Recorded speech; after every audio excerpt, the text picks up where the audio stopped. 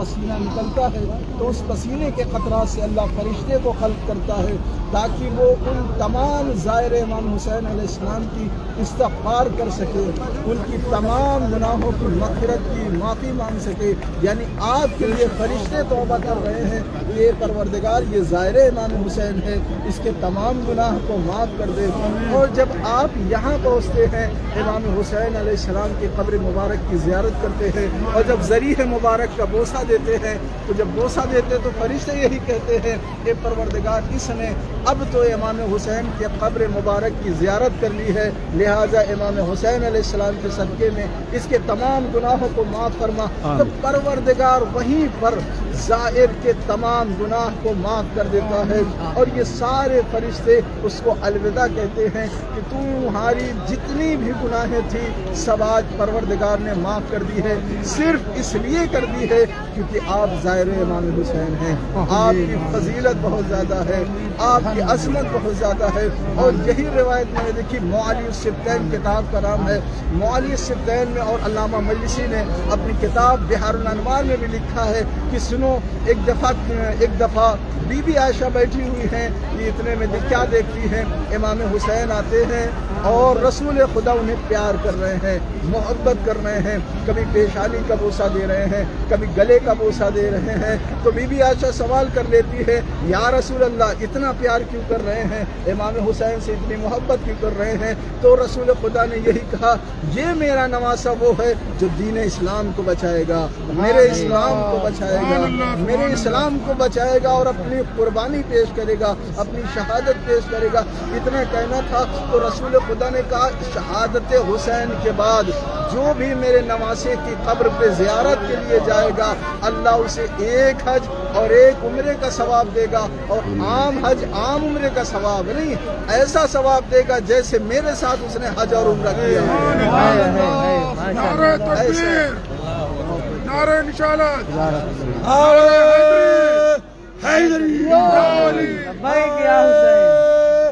حیدری یا علی۔ تو be be عائشہ یہاں گھبرا گئی، اتنا زیادہ ثواب ہے امام حسین علیہ السلام کے قبر مبارک کی زیارت کرنے کا۔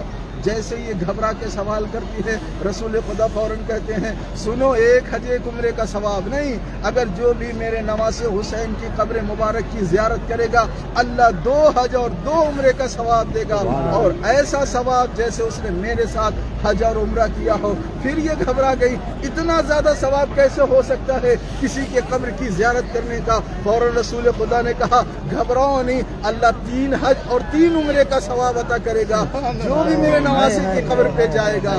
پھر اس کے بعد یہ گھبرائی، کہا اتنا زیادہ ثواب کیسے ہو سکتا ہے؟ کہا 4 حج 4 عمرے کا ثواب۔ یعنی بی بی عائشہ ادھر گھبرا رہی ہے، رسول خدا ثواب بڑھاتے چلے جا رہے ہیں۔ کہا سنو، 3 حج اور 3 عمرے کا ثواب، پھر کہا 4 حج 4 عمرے کا ثواب۔ یہ جیسے جیسے گھبرا کے سوال کر رہی ہیں کہ اتنا ثواب کیسے ہو سکتا ہے، رسول خدا ثواب کو بڑھاتے چلے جا رہے ہیں۔ کہا سنو، 6 حج 6 عمرے کا ثواب، اور وہ بھی عام حج عام عمرہ نہیں، میرے ساتھ کیے گئے حج اور عمرے کا ثواب اللہ عطا کرے گا۔ یہاں تک کہ کتاب نے لکھا، وہ روایت بیان کی کہ رسول خدا بڑھاتے بڑھاتے 9 حج تک پہنچے۔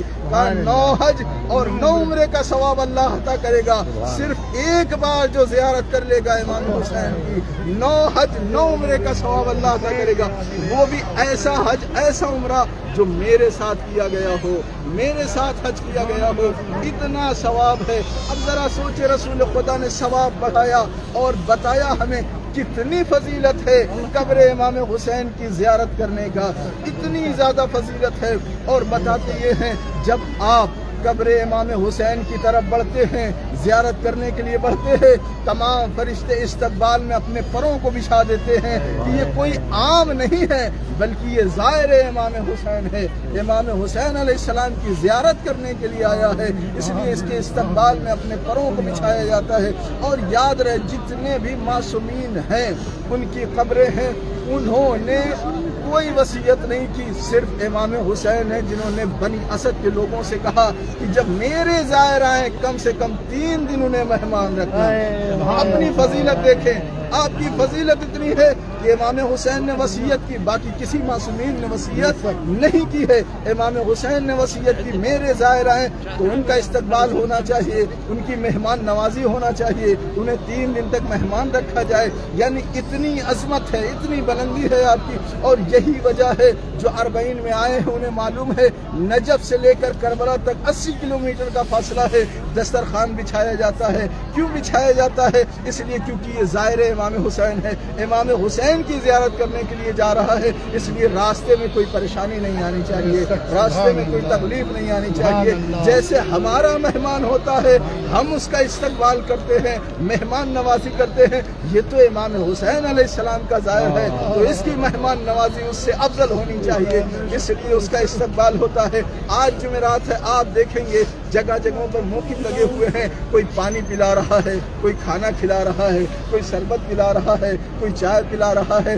کیوں پلا رہا ہے؟ صرف اس لیے کہ زائر امام حسین ہے، ان کی افضلیت بہت ہے، ان کی بلندی بہت ہے، ان کا معیار بہت ہے، ان کا مرتبہ بہت ہے، اس لیے ہر کوئی آگے کھڑا ہوا ہے آپ کے استقبال کرنے کے لیے۔ اور آج دیکھیں آپ کے لیے 5 اسٹار ہوٹل بھی موجود ہے، یعنی اگر تھکن ہو گئی تو آرام کر سکتے ہیں۔ یہ سب کس لیے ہے؟ صرف اس لیے کیونکہ امام حسین کہتے گئے ہیں کہ ہمارے زائروں کا خیال رکھنا، انہیں 3 دن مہمان رکھنا۔ اتنی فضیلت ہے، اتنی عظمت ہے زائر امام حسین علیہ السلام کی۔ اور یاد رہے آج تک بھی لوگ امام حسین علیہ السلام کے نام پر پانی بھی پلا رہے ہیں، کھانا بھی کھلا رہے ہیں، سب کچھ کر رہے ہیں۔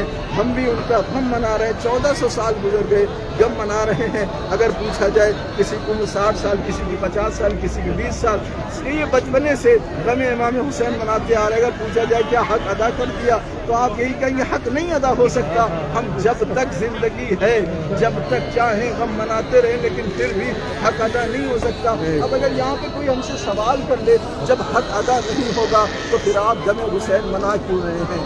غم حسین منا کیوں رہے ہیں؟ یاد کیوں کر رہے ہیں جب حق ادا نہیں ہو سکتا؟ تو مجھے تاریخ میں ایک واقعہ ملا جناب یوسف کا۔ جناب یوسف کو خریدنے کے لیے بازار مصر کا بادشاہ بھی آ گیا، یعنی بادشاہ بھی آیا، دولت مند بھی آئے، جتنے تھے سب آ گئے یوسف کو خریدنے کے لیے، لیکن کوئی خرید نہ سکا۔ تو اسی مجمع میں ایک ضعیفہ بھی آئی تھی، وہ امیر نہیں تھی، بس تھوڑی سی سونی اور تھوڑی سی چاندی لے کے آئی تھی، صرف کس لیے کہ میں یوسف کو خرید لوں۔ لوگوں نے کہا جب بادشاہ نہیں خرید پا رہا ہے آپ کیسے خریدیں گی؟ تو ضعیفہ نے یہی کہا مجھے بھی پتا ہے میں یوسف کو خرید نہیں پاؤں گی، لیکن کم سے کم اس لیے آئی ہوں جب روز محشر اللہ کی بارگاہ میں یوسف کے خریدنے والوں کی، یعنی یوسف کو اپنے گھر لے جانے والوں کی فہرست پڑھی جائے تو کم سے کم اس غریب ضعیفہ کا بھی اس فہرست میں نام آ جائے۔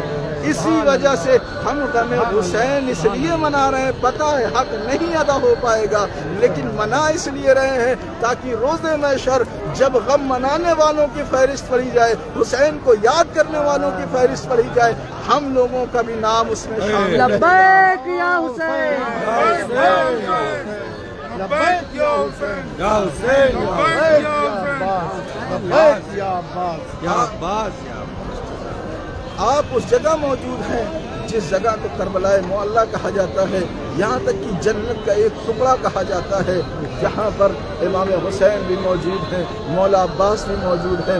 مولا عباس کی آپ جانتے ہیں وفاداری بہت مشہور ہے، مولا عباس وفا میں سب سے آگے تھے، اور جو بھی امام حسین سے ملنے آتا تھا تو پہلے مولا عباس سے ملتا تھا، پھر امام حسین کی طرف جاتا تھا۔ تو ہم بھی آج یہی کریں گے، ہم سب سے پہلے مولا عباس علیہ السلام کے حرم مبارک کے اندر جائیں گے، ان کی ذریعے مبارک کو بوسہ دیں گے اور ان سے اجازت مانگیں گے کہ مولا اجازت دے تاکہ ہم امام حسین علیہ السلام کے قبر کی طرف جائیں اور ان کی زیارت کریں۔ تو پہلے ہم اس کے اندر جائیں گے، مولا عباس علیہ السلام کی زیارت کریں گے، پھر نکل کر امام حسین کی طرف جائیں گے۔ اب حرم کے اندر امام مولا عباس علیہ السلام کی زری ہے، اور زری کے پاس ایک دروازہ ہے جسے باب ام البنین کہا جاتا ہے۔ یہ ام البنین ہے کون؟ مولا عباس کی ماں ہے۔ بتایا یہ جاتا یہ دروازہ ابھی بھی بند ہے، جب آپ اندر جائیں گے یہ دروازہ اس لیے ہے کیونکہ بتایا جاتا ہے اس دروازے کے پیچھے سے کسی کی بیوی کی رونے کی آواز آتی تھی، اس لیے وہ دروازہ بند رہتا ہے، لیکن لوگ اس دروازے کے پاس جا کر اپنی مرادیں مانگتے ہیں اور مرادیں بھی پوری ہوتی ہے۔ باب ام البنین کہا جاتا ہے۔